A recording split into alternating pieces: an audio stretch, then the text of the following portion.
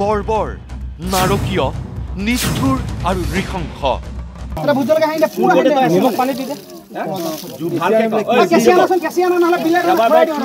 গোলাঘাটৰ তিনি ভাতৃৰ বৰ্বৰতা আৰু নৃশংসতাই জোকাৰিছে ৰাজ্য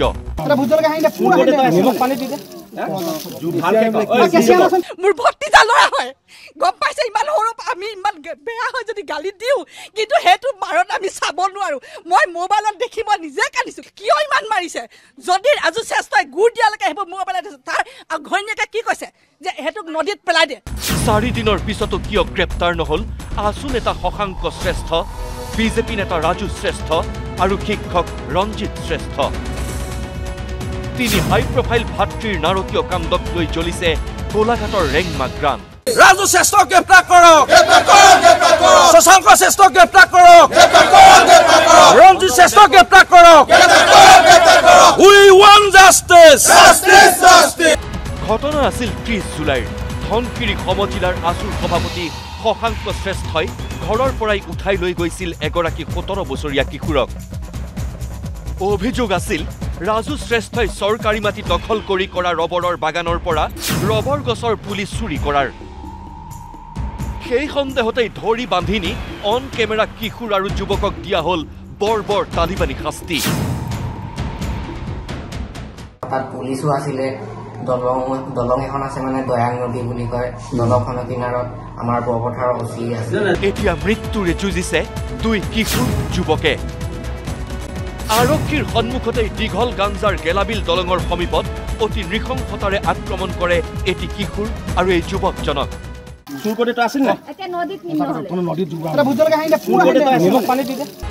নেতৃত্ব দিছিল সদৌ অসম ছাত্ৰ সন্থাৰ ধনশিৰি সমজিলাৰ সভাপতি শশাংক শ্ৰেষ্ঠই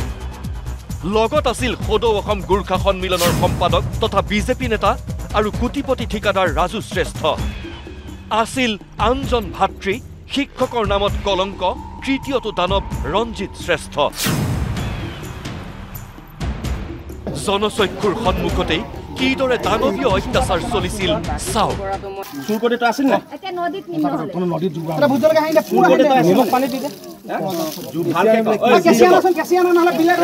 প্ৰথমে আমাৰ ঘৰলৈ আহিলে ল'ৰাটোক বিচাৰি বোলে ল'ৰাটোৱে অলপমান বেয়া কাম মই বোলো কিহৰ কাৰণে বিচাৰি আহিছে বোলে হেৰি অলপমান বেয়া কাম কৰিছে এজনক মানে ইয়াত বান্ধি থৈ দিছে তেতিয়া আমি কৈছো বোলো কেলে ধৰি থৈ দিছে বোলে নহয় ইহেঁতি বোলে বেয়া কাম কৰিছে কিডনিত টেষ্ট জমা হৈছে তাৰপৰা ইয়াত দুখ পাইছে তাৰপৰা ব্ৰেইনত অলপমান চুট পাইছে বুলি কৈছে যিসকলে দোষী কৰিছিলে সেইসকলক অতি শীঘ্ৰে পুলিচ প্ৰশাসনে গ্ৰেপ্তাৰ কৰক আৰু তেখেতসকলক শাস্তি দিয়ক আৰু আমাক ন্যায় লাগে সন্তানৰ ন্যায় লাগে আইন আছে আইনক জনাক আকৌ যে ভিডিবি মাতক মাক দেউতাকক মাতক পুলিচক মাতক হাতত বাটাম লৈ প্ৰহাৰ কৰিয়েই ক্ষান্ত নাথাকিল মানুহৰ নামত কলংক এই তিনিটা অসুৰ গেলাবিল দলঙৰ পৰা কিশোৰ আৰু যুৱকজনক তিনি ভাতৃয়ে লৈ আনিলে ঘৰলৈ বাৰীৰ পিছফালে গছত বান্ধি চোচৰাই বগৰাই গাত ঢালি দিলে নিমখ পানী শৰীৰত সানি দিলে ভোট জলকীয়া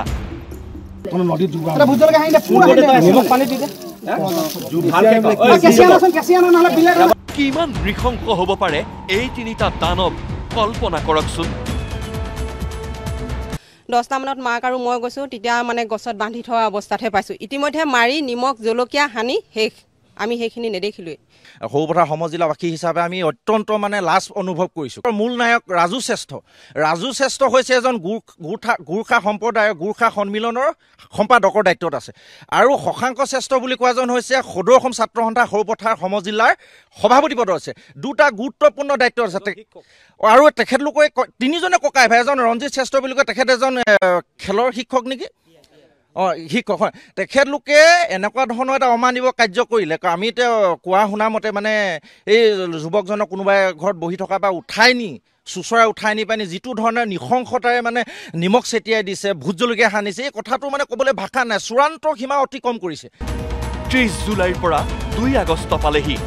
ভুক্তভোগী পৰিয়ালে আৰক্ষী থানাত গোচৰ উতৰিলে কিন্তু আৰক্ষীয়েহে গ্ৰেপ্তাৰ কৰিবলৈ সাহসেই নকৰিলে প্ৰভাৱশালী শ্ৰেষ্ঠ ব্ৰাদাৰ্ছক সেয়েহে ৰেংমা গ্ৰান্তৰ ৰাইজে পাতিলে মেল উলিয়ালে প্ৰতিবাদী সমদল।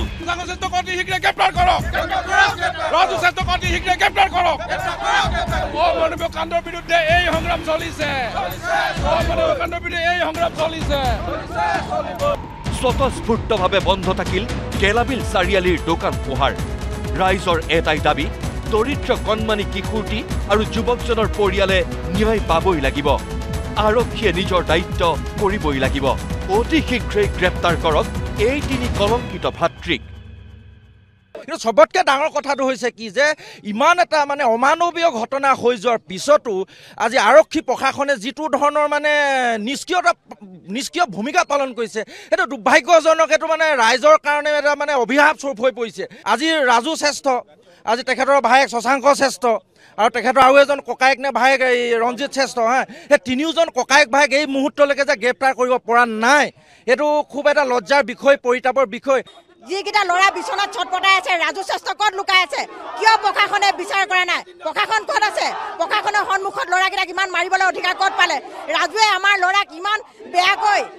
বেয়াকৈ ঘূণীয়া কৰি দিয়াকৈ মাৰিবলৈ অধিকাৰ ক'ত পালে? অতি সোনকালে ৰাজু শ্ৰেষ্ঠ, ৰঞ্জিত শ্ৰেষ্ঠ, শশাংক শ্ৰেষ্ঠক যদি গ্ৰেপ্তাৰ নকৰে আমি মহিলা জাগ্ৰত সমিতি কিন্তু আমি এবাৰ এৰি নিদিওঁ। কিন্তু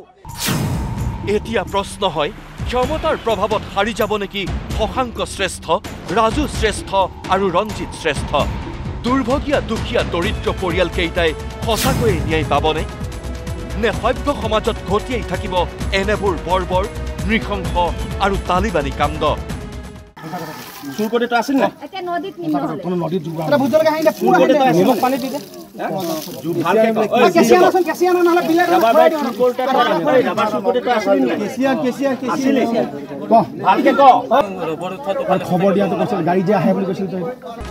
কেমেৰা পাৰ্চন প্ৰশান্তৰ সৈতে গোলাঘাটৰ পৰা সমীৰণ দিগন্ত,